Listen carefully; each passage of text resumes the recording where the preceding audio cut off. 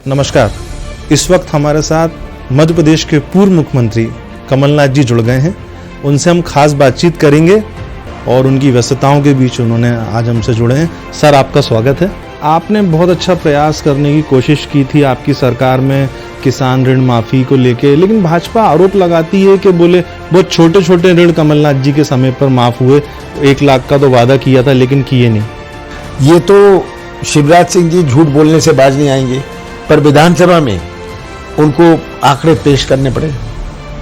मैं अपनी बात नहीं कह रहा हूं, मैं कह रहा हूं जो विधानसभा में खुद उन्होंने पेश किया भाजपा सरकार ने एक प्रश्न में 27 लाख किसानों का कर्जा पहली किस्त में माफ हुआ। ये तो पहली किस्त थी, केवल डिफॉल्टर नहीं पर चालू खाते वाले भी। हमारी दूसरी किस्त शुरू हुई थी जब हमारी सरकार नहीं रही।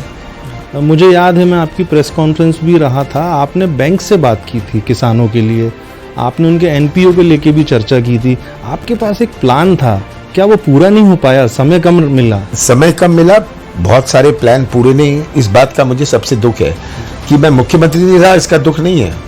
मुझे दुख है कि जो मेरा स्वप्न था, जो मेरी सोच थी, जो मेरी योजनाएं थी, ये मैं लागू नहीं कर पाया, इसका क्रियान्वयन नहीं कर पाया। आपने छिंदवाड़ा मॉडल लाने की कोशिश की थी, आपने शुरुआत भी कर दी थी, लोग जो छिंदवाड़ा गए हैं आए गए हैं, लेकिन अभी ये सरकार बदलने के बाद आरोप लगे कोविड काल में आपने हॉस्पिटल इतना बढ़ा दिया छिंदवाड़ा को, उसकी जो खूबसूरती है वो तो जनता को नहीं दिखाई जा रही है, उसमें अव्यवस्थाएं खोजी जा रही हैं। तो आपको क्या लगता है कि सिर्फ 24 घंटे कमलनाथ जी को ही टारगेट करती है क्या भाजपा? भाजपा का एक ही टारगेट है, वो है कमलनाथ। शिवराज सिंह जी मेरे से हिसाब मांगते हैं, किस बात का हिसाब दूं?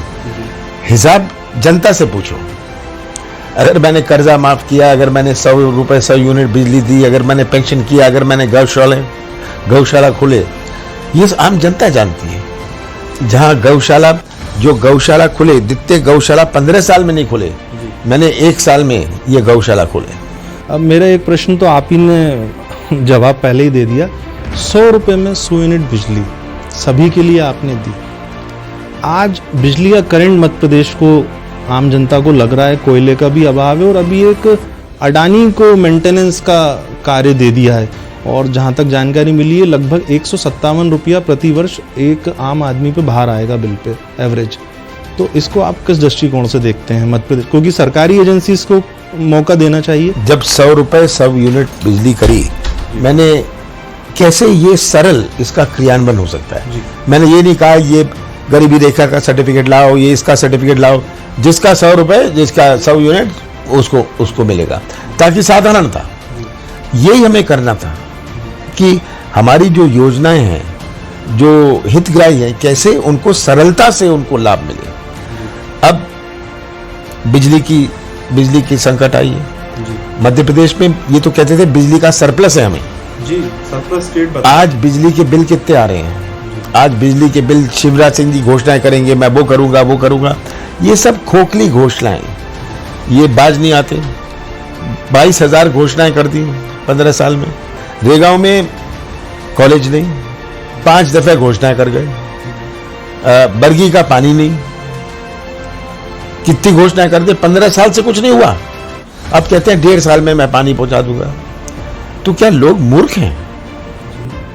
आपने केंद्र में लंबा अनुभव है आपके पास, आप environment department, forest, urban development और रोड ट्रांसपोर्ट, मैं तो शायद नाम भी भूल रहा हूँ, विभिन्न आपके पास अनुभव का भंडार है। पेट्रोल, डीजल, बढ़ती महंगाई के अलावा आपने क्या वहाँ पर ऐसा पाया उस क्षेत्र में जो जनता, जिसके लिए जनता नर्मदा के किनारे होने पर भी जनता पानी के लिए तरस रही है, किसान तरस रहा है।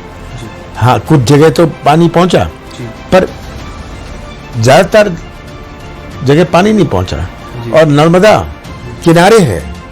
जनता को ये बात नहीं समझ आती है। तो ये गुमराह करने की राजनीति, ध्यान मोड़ने की राजनीति, जनता बहुत समझदार है। आपके कार्यकाल में आपने बड़ी रुचि दिखाई थी युवाओं को लेके, आपने एक योजना का क्रियान्वयन करने का प्रयास किया था जिसमें आपने कहा था कि मैं विदेशी कंपनीज को मध्य प्रदेश लाऊंगा जिससे कि रोजगार की संभावनाएं भी बढ़ें, और आप शायद विदेश दौरे पे भी गए थे, लेकिन समय का कम रहा। अब अगर भविष्य में 2023 में आपके पास जनाधार आता है तो उन क्रियान्वयन आगे बढ़ेंगे। जरूर, मध्य प्रदेश की पहचान हमें विश्वास की पहचान बनाती है। निवेश तब आता है जब लोगों को मध्य प्रदेश में विश्वास होए। मध्य प्रदेश 5 प्रदेशों से घिरा हुआ है, जिसको तमिलनाडु केरला में अपना सामान बेचना है, वो क्या पंजाब और हरियाणा में अपनी कारखाना लगाएगा? वो उद्योग नहीं लगाता मध्य प्रदेश में, क्योंकि मध्य प्रदेश में विश्वास नहीं। तो मेरा प्रयास था कि मध्य प्रदेश की एक पहचान बनाएं। मध्य प्रदेश की पहचान माफिया से नहीं, मिलावट से नहीं, भ्रष्टाचार से ना होए। मध्य प्रदेश की पहचान होए जिससे लोग अट्रैक्ट होए। कोई मंदिर या मस्जिद में जाने से रोजगार के मौके नहीं बनने, ये तो निवेश आएगा, तभी तो ये रोजगार के मौके बनेंगे, व्यवसाय के मौके बनेंगे। आपने पूर्व में भी कई दफे चर्चा में कहा है, आपने शुद्ध के लिए युद्ध शुरू किया था। एक आम आदमी से लेके किसी भी वर्ग का व्यक्ति हो, उसको शुद्ध भोजन, शुद्ध वस्तुएं मिले। क्या माफिया वाकई में सिंडिकेट इकट्ठा हो गया था आपके खिलाफ? माफिया खिलाफ था। वो समझ रहे थे कि कमलनाथ को कोई पटा नहीं सकता, कमलनाथ को कोई दबा नहीं सकता। माफिया के खिलाफ मैंने मुहिम चालू किया, शुद्ध का युद्ध मैंने चालू किया कि आज जो मिठाई मिलती है उसमें कितनी मिलावट है। आज कुछ भी लें, आज मिलावट का कोई अंत नहीं था। तो शुद्ध का युद्ध बहुत, मैं सोचता हूं, सक्सेस रहा। आपने एक बहुत बड़ा विषय उठाया था कोविड-19 के वक्त। आपने मृत्यु दर को लेके एक बड़ा आरोप भी लगाया था। वो मामला, उसके बाद आपके आरोप लगाने के बाद सरकार ने उस पर कोई जवाब गंभीरता से नहीं दिया।